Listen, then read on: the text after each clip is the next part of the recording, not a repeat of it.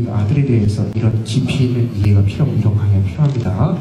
저는 대한민국 남자애들은 일반적인 아이들보다 조금 더 억울한 일이 많다고 생각합니다.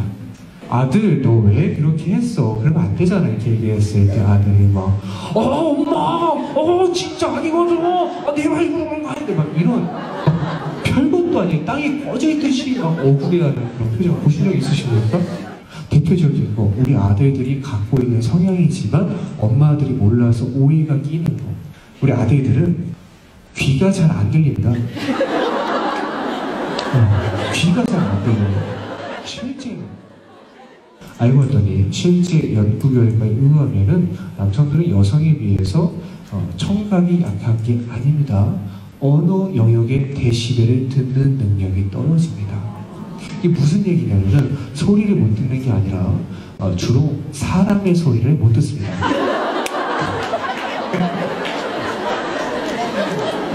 사람의 소리를 못 듣게 설계가 되어 있는 거예요. 처음 태어날 때부터 그렇게 태어나 있는 겁니다. 그러니까 이런 일이 생기는 거죠. 예를 들어서 자 우리가 설거지를 하고 있습니다. 설거지를 하고 있는데 띠릭띠릭 하더니 문이 열리면서 아들이 들어옵니다. 내 아들을 딱 봤어요. 우리 아들 왔어. 기분 좋게 봤는데 보니까 약간 느낌이 쎄한 게 얘가 숙제를 안 하고 손도 안 씻고 TV부터 볼 것 같은 안 좋은 예감이 듭니다. 근데 엄마들 그 쎄한 느낌 이상하게 어때요? 늘 많죠. 그렇기 때문에 어머님들 어떻게 합니까? 경고를 해주죠. 설거지를 하면서 이렇게 얘기합니다. 아들 왔어? 아들 너 TV 보기 전에 손 씻고 숙제하고 TV 봐라. 이러고 아들들의 반응은 어떻죠? 우리 아들들은 대부분 대답을 되게 잘합니다. 그렇죠? 네! 그렇게 얘기를 합니다. 그리고 5초 있다가 비로리 TV가 켜져서 엄마 속을 뒤집어 놓죠. 자, 근데 이때 아들이 느끼는 감정에 대해서는 우리가 아직까지 누구도 설명을 많이 해주지 않았던 것 같아요. 근데 제가 옛날에 제 경험을 토대로 이때 아들의 마음을 조금 풀어보겠습니다.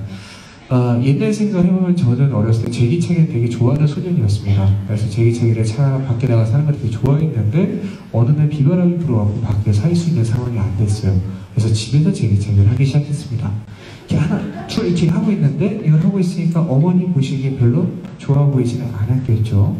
저희 어머님이 저한테 와서 이렇게 말씀하셨습니다. 짧고 굵게 하지마. 여기서 비극은 뭐냐면은 제 어머니를 하지 말라는 얘기는 제 귀로 들어와서 머리에 입력되지 않고 입으로 나옵니다. 하지마. 네. 하지마. 네. 하지마. 네. 한 번 더. 이렇게 해서 어머님이 정말 화를 내셨어요. 굉장히 짜! 이렇게 하면서 등을 딱 맞았을 때 그 등을 맞는 느낌은 어떤 줄 아세요? 일단은 굉장히 억울합니다. 굉장히 억울하고 그게 딱 맞는 순간 어떻게 해요? 귀에 이렇게 달랑달랑 걸려있다 하지 말라는 소리가 쏙 뇌로 들어옵니다. 그때서야 들어오고 상황 파악이 되고 내가 한 번 더 했구나 이 생각이 들고 하지만 인정할 수는 없고 뱃속구 아래서부터 억울한 감지가 올라오기 시작합니다. 그럼 저는 막 반항하기 시작하는 거죠. 엄마 진짜 나 일부러 그런 게 아니거든. 진짜 왜 때려? 이러고 진짜 엄마가 논리적으로 얘기하십니다. 너 엄마가 하지 말라 그랬지. 근데 한 번 더 했지. 너 대답도 했지. 할 말 있어? 할 말은 없는데. 진짜 왜 억울하지? 막 억울한 거예요. 그러니까 엄마는 내 마음 몰라 막 이렇게 생각을 하기도 하고 되게 억울해하기도 하는 겁니다. 자, 그래서 여러분들께 저는 오늘 한 가지 대안을 좀 드리겠습니다. 예를 들어서 이런 방식으로 하시는 거죠. 설거지를 하고 있어요. 설거지를 하고 있는데 아이가 들어옵니다. 띠리띠리 문이 들어왔어요. 그때 딱 보니까 쎄한 느낌이 들어요. 그때 경고를 해주기 위해서 설거지를 하면서 나나나나나 얘기해봐 소용이 있다 없다? 없죠. 그렇기 때문에 어떻게 해요? 설거지를 하던 불을 일단 끄세요. 그 고무장갑을 벗으시고 아이를 향해 뒤로 돌으세요. 그 다음에 중요한 건 아이의 시선을 뺏는 겁니다. 시선을 뺏지 않고 얘기가 소용이 없을 때 많아요. 시선을 뺐습니다. 아들 시선을 뺐습니다. 엄마가 이렇게 나오면 아들이 볼 거예요. 우리 내시가 보다가 자, 그때 아들의 얼굴을 확 낚아채세요. 탁 잡으시고 그 다음에 귀로 들어서 한 입으로 나오잖아요. 그죠? 그러지 않기 위해서 눈으로 들어가서 머리로 내리를 꽂아주는 겁니다. 얼굴을 딱 보고 눈을 마주친 다음에 아들 너 손 씻고 숙제하고 TV만 하고 정확하게 내 팔을 직격으로 이렇게 꽂아주시면 아들은 그게 정말 편합니다. 그렇다고 아들은 그걸 또 감정적으로 받아들이지 않고 아 그렇구나 엄마 알았어.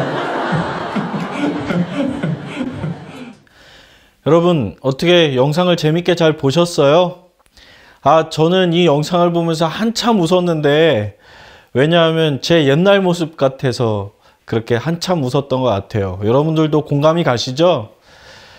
우리가 이렇게 어렸을 때에 이런 모습으로 살아왔습니다. 제가 동영상 하나를 여러분들과 또 다시 한번 감상하겠는데요. 이 영상은 아마 여러분들이 더 많이 공감할 것 같아요. 지금 여러분들의 상황과 다르지 않기 때문에 그렇습니다. 한번 이 영상을 감상하시고 그 다음에 오늘 세 번째 시간 주인공은 나야 라고 하는 제목으로 오늘 말씀을 나눠보고자 합니다. 얘기 하는 거냐? 게임은 왜 즐겁느냐? 투자를 하면 보상이 확실합니다. 손가락 노동을 10번 클릭하면 10번만큼 따박따박 경험치가 올라가죠. 공부는 그렇지가 않죠. 실제로 상위권들을 제가 만나서 제가 이 공법을 연구하기 위해서 서울대 학생 3,121명을 만났습니다. 이 친구들한테 제가 그걸 물어봤어요. 너는 고등학교 때 공부가 재밌었니? 이거 했습니다. 그죠?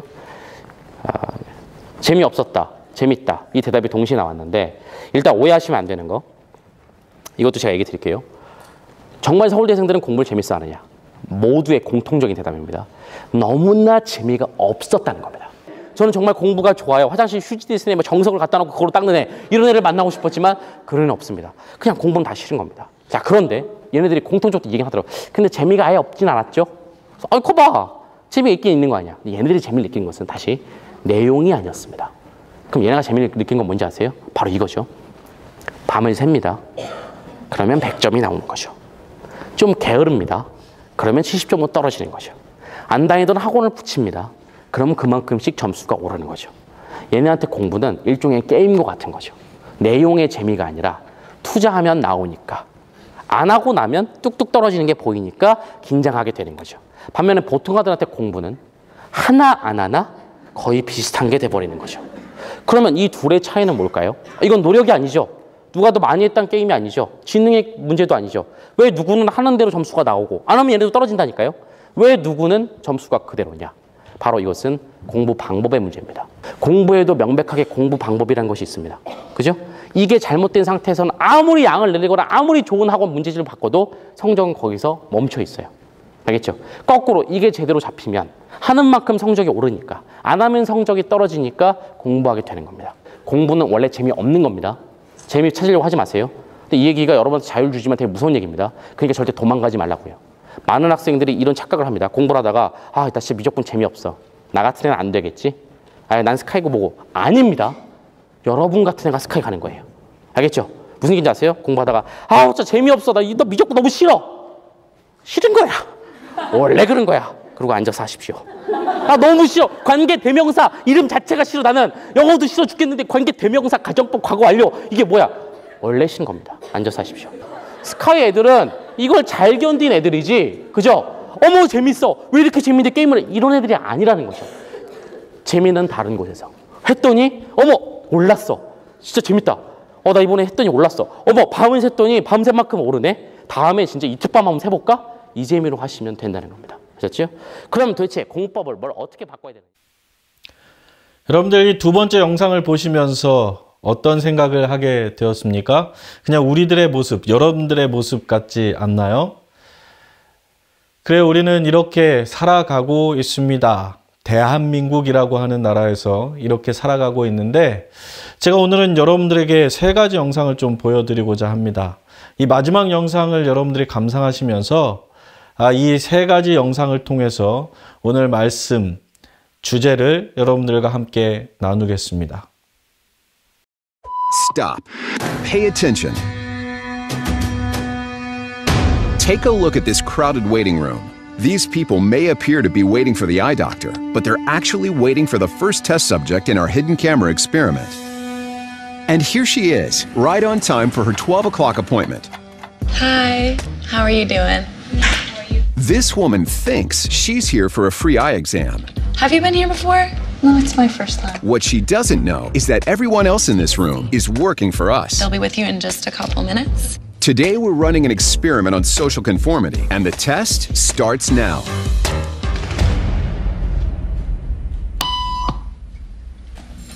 Did you hear that? These people sure did.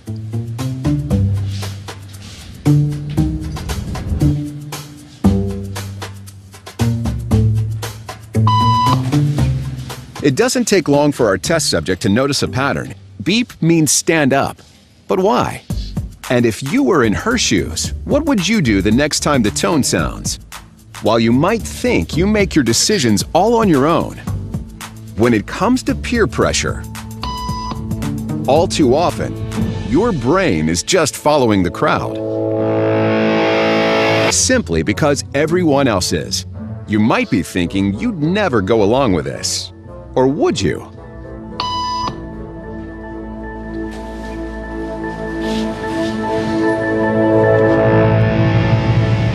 After just 3 beeps, and without knowing why she's doing it, this woman is now conforming perfectly to the group. But what happens if we take the group away? Elaine, please.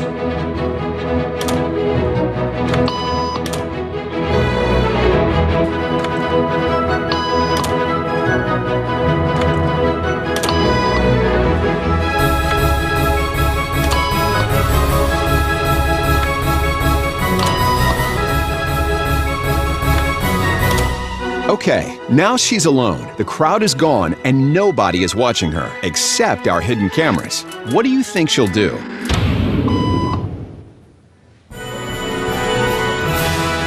She's now conforming to the rules of the group without them even being there.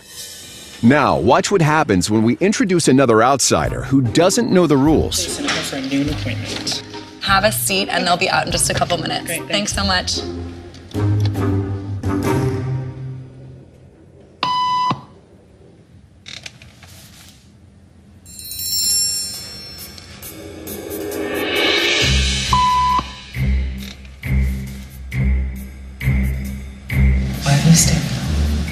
Everybody was doing it, so I thought I was supposed to. Think she'll teach the new guy what to do?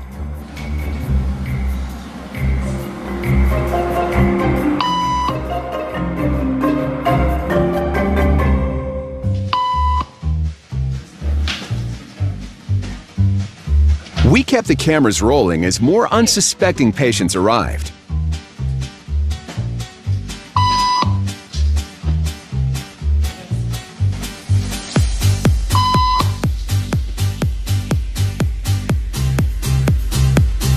And slowly but surely, what began as a random rule for this woman has now become the social norm for everyone in this waiting room. Here to explain what's going on in their brains is Jonah Berger of the University of Pennsylvania.